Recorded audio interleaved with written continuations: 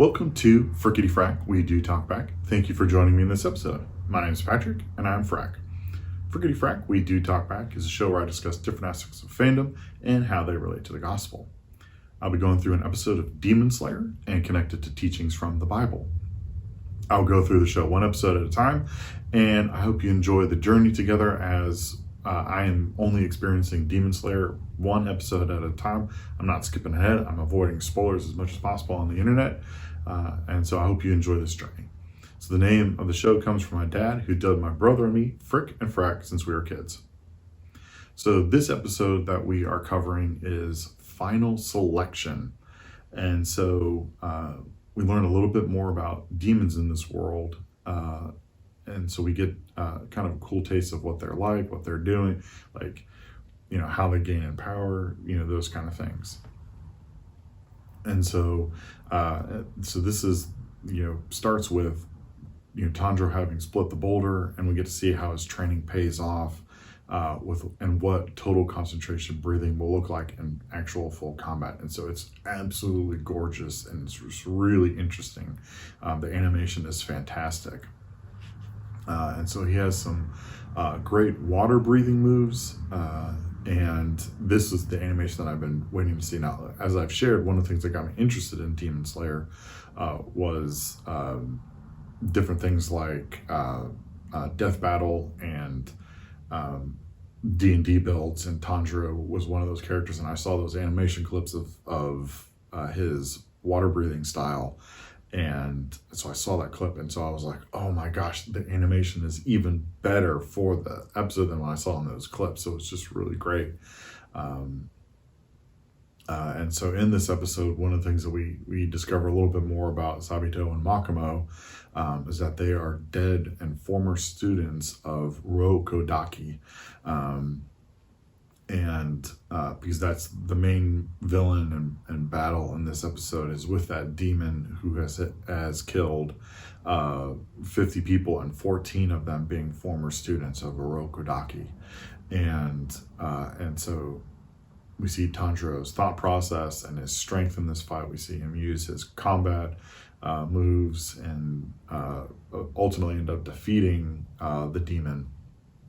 And so it's just really great and well-paced. And so we got to see, before the final selection even starts, we do get a couple headshots of a couple of different characters that we hadn't seen before. And so, knowing anime and manga and the way that works is because they did the group shot and didn't really pay attention to anyone, but then they did those headshots of a couple of different people. So my assumption is that they will come into play later, and they will probably either become a part of Tanjiro's party, or they'll be rivals, or things like that. Because that's just, I know I've watched a lot of anime, I've read a lot of manga, and so I know how that kind of stuff works. And honestly, just in any form of literature, that if you get any kind of point of view of these different people, they're gonna obviously, that means that we need to pay attention to them.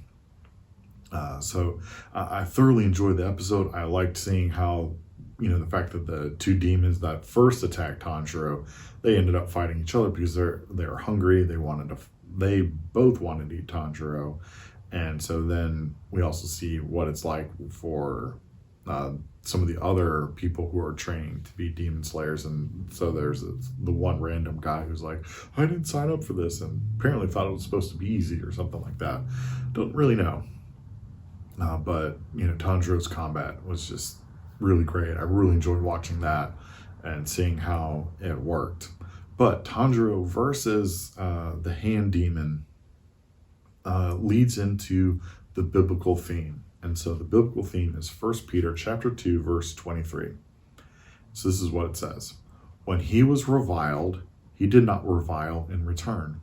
When he suffered, he did not threaten, but continued entrusting himself to him who judges justly.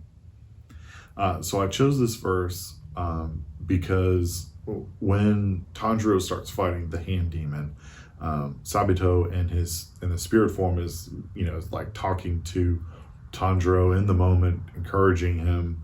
But one of the big things that he recognizes is that because Tanjiro is getting upset, that his total concentration breathing is out of rhythm, that he is not in control. And so Tanjiro's full strength is he's not able to use it because he's so angry and his emotions are out of control. Now, don't get me wrong, Tanjiro being upset about this hand demon having killed Sabato and Makomo and then several other people, that makes sense to be upset about those things. But then eventually he remembers, he slows down, he does his breathing, and that helps him unleash his full potential and belief, and he's able to kill the hand demon. And so for me, this really connects to Christians and helps us remember what Christ did for us. And so for us as Christians, we can be ridiculed for our belief and practices, but we need to remember to act like Christ. Then also it reminds us that we should not look down on other people as well. We are called to be just and to be caring and to not do evil for evil. Because one of the things that Jesus showed us is that he was being tortured, he was being abused, he was having threats against him, yet he did not turn back on his abusers and his oppressors and things like that. Instead, he would respond with questions of his own, or he would turn their tricks back on them, but not in an evil way, but to help them understand that it's like you're coming from the wrong point of view. And so this goes to another verse from Peter where it talks about you always have to be ready to defend your faith. And so with our faith and with our practices as Christians, vengeance is not for us to take. Now, granted, Tanjiro avenged the people that the hand demon had killed, because once again, this is a shonen anime. It's about fighting and among other things, but it's exciting. But for us as Christians, we are to entrust ourselves to the Lord of Lords, the Prince of Peace, in all that we do. And so remember, the Lord said that vengeance will be his. It's not ours for ours to take. And so when we think of all these different things that have been done wrong to us or to other Christians or even non-Christians, the oppressions that those people face, that we are called to stand against any form of oppression or injustice. And so, but we also have to remember that we are not called to avenge. We are called to love and grant mercy and grace, because vengeance is not ours to take. So I want to encourage you in that the way we interact with others online is not to be nasty or mean or anything like that. We are called to uplift and guide and love each other. All right, so let me rate this episode. This episode was fantastic. The animation was top-notch. Acting, great. Honestly, there's nothing wrong with this episode. Everything was done right. Everything was enjoyable. And we got a little bit taste of the bigger world, and I look forward to doing more. And I mean, it drew me in. It's like I couldn't wait to watch the next episode. I haven't watched it yet, but I'm looking forward to it. So this episode, perfect 5. It was great. This is a great episode. Watch this episode. It is fantastic. All right, so anyone with questions for me about the biblical lessons that I talked about in this episode or other discussion ranging from anime, comics, or anything in general, feel free to email me at fricketyfracktalkback@gmail.com or reach out to me on Twitter at fricketyf or at fricketyfrack on Instagram and Facebook. So please rate, review, and subscribe.